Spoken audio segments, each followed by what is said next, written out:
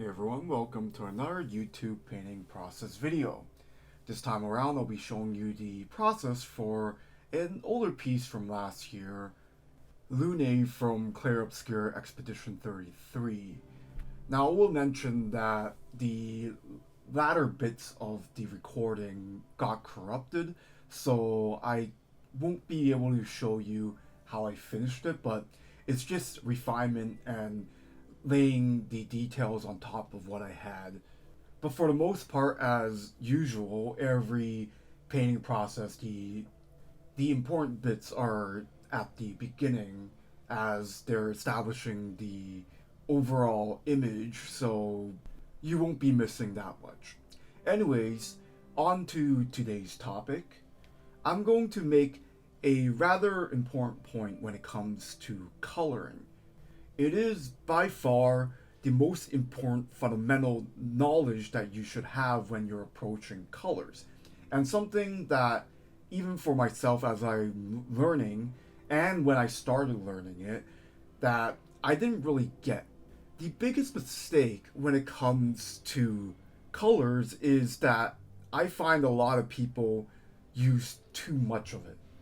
And it's very easy to, right? Because if you think about the entire spectrum of colors, especially when it comes to digital painting, we're able to pick whatever colors we want on the software and put it down very quickly and in one-to-one. Unlike traditional media, digital painting allows you to do that. You're picking the colors. Whereas in traditional paint, you have to move around and mix the colors, and you're probably going to be accidentally creating this amalgamation of mixtures on your palette. Now, the downside of that is, of course, you might get unintentional colors when it comes to palettes. And in digital painting, you're going to pick out whatever you really need at any given time. But the downside for digital painting is that there's just so many choices that you can pick that can overwhelm the beginner artist. And the major benefit to a traditional painting palette is that because you are mixing colors together, they naturally unify with each other over time. And you won't be able to pick weird colors that won't be too similar to what you're already using on the canvas. This type of harmony is rather important in art that isn't naturally given when it comes to digital painting.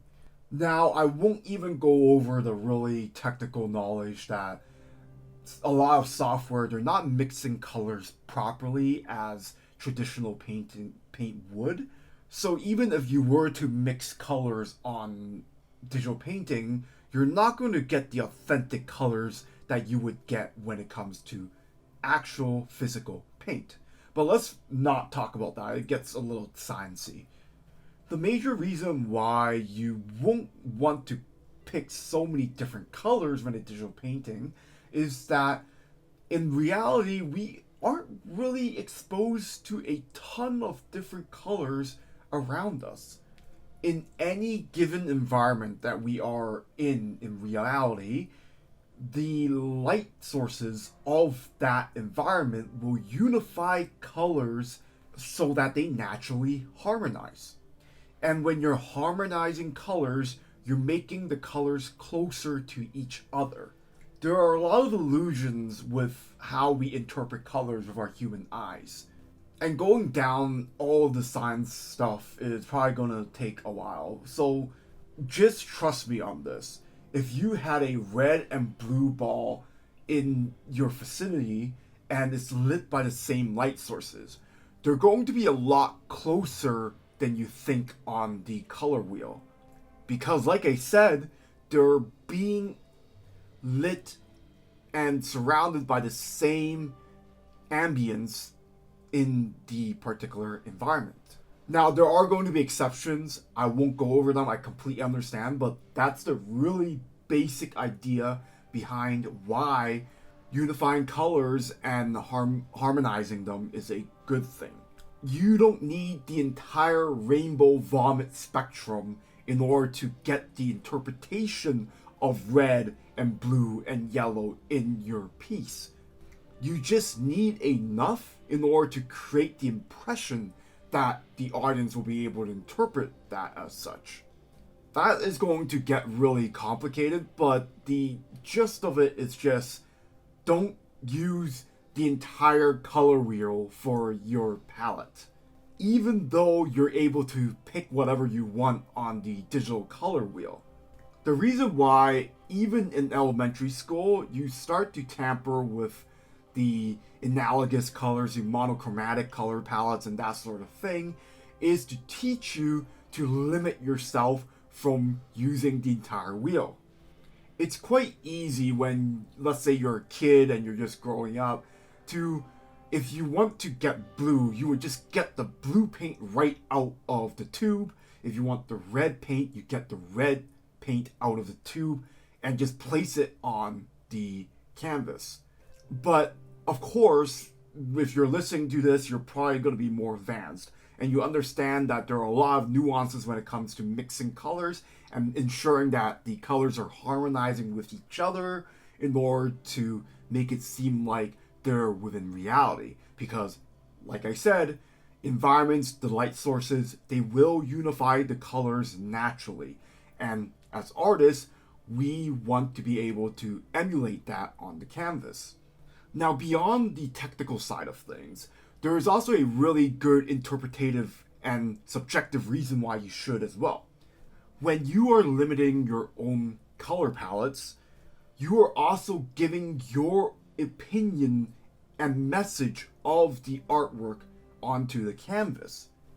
Remember from what my other videos have said, you are giving your opinions of a subject matter when you are presenting your artwork.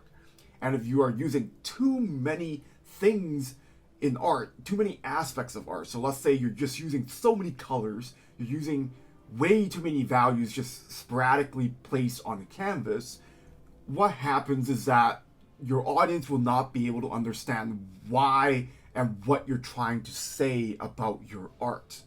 So by limiting yourself to a certain palette, you are now creating a specific color language that you yourself chose in order to depict a certain message. So for instance, when it comes to this piece with Lune in Clair Obscur, the design of the game was very gray at parts and using a lot of reds, the rose reds and such. It's not that the artists were incapable of adding more and more colors, and certainly some environments will warrant that, but if you ever just analyze screenshots or you analyze your favorite media in general, you'll realize there's just not as many colors being used at a given time as you'll think. The artists are actively manipulating your emotions with their very limited color palettes. Again, if you're using too many, then the audience wouldn't know what to think of your work. Whereas when you're starting to confine yourself, that's when the subjective and the subconscious color language will come into play. Now, there is such a thing as not using enough colors. It's a mistake called using muddy colors, which is stemming from a traditional paint thing where you're mixing so many colors as you work that they become just gray and neutral and there's just not a lot of saturations going. That's for another time. So there is going to be a balance between using too many colors and not using enough colors. And every artist and every artwork will have different gauges of where that stands. And again, it all comes down to the message you're trying to send in your particular artwork. So whoever's listening to this, I urge you to really study colors. You'll find that the artists are deliberately holding themselves back from using a ton of colors in order to accentuate the message that they're trying to send. It's not just to create the sense of realism, it's also to manipulate emotions. So it's always a good professional thing when it comes to art to confine yourself when it comes to colors. Anyways, this is the final piece of Lune from Clair Obscur Expedition 33. As I said before, the latter parts were cut off, so hopefully this was still an enjoyable watch. As usual, like this video, subscribe to my channel, check out my social media in the description below. Thank you for watching, and I'll see you next time.